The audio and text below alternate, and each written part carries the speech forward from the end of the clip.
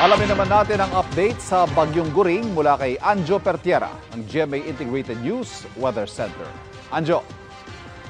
Magandang hapon, Ivan, at magandang hapon mga kapuso. Nakataas ngayon ang Tropical Cyclone Wind Signal number 3 sa northeastern portion ng Cagayan at sa extreme portion ng Isabela.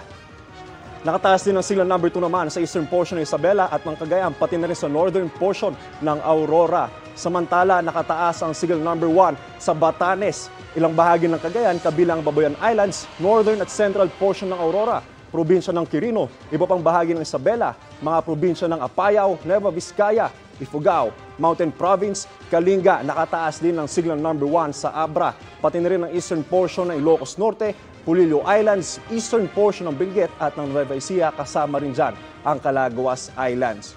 Huling namataan ang sentro ng Typhoon Guring sa layong 145 kilometers east-northeast ng Tuguegarao City, Cagayan. Kumikilos yan patimog. Batay sa forecast track ng Pag-asa, kikilos pa southeast ang bagyo bukas at pa east-northeast naman sa Lunes. Dahil magtatagal ito sa dagat, sabi ng Pag-asa, ay posible pa itong lumakas bilang maging super typhoon.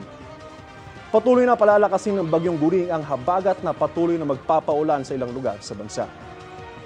Base naman sa datos ng Metro Weather, posible ang katamtaman hanggang malalakas na pag-ulan sa Northern Luzon dahil sa bagyo.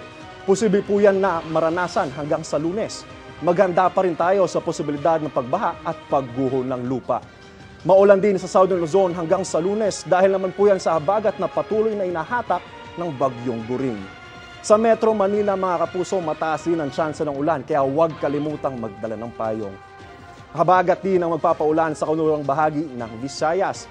Asahan naman ang mas maayos sa panahon sa Mindanao pero maganda pa rin tayo sa posibilidad ng mga thunderstorms.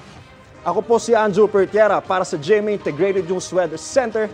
Kami ang inyong maaasahan anuman ang panahon. Mga kapuso, patuloy na tumutok sa mga balita. Mag-subscribe sa GMA Integrated News sa YouTube. Sa mga kapuso abroad, samahan nyo kami sa GMA Pinoy TV at sa www.gmanews.tv.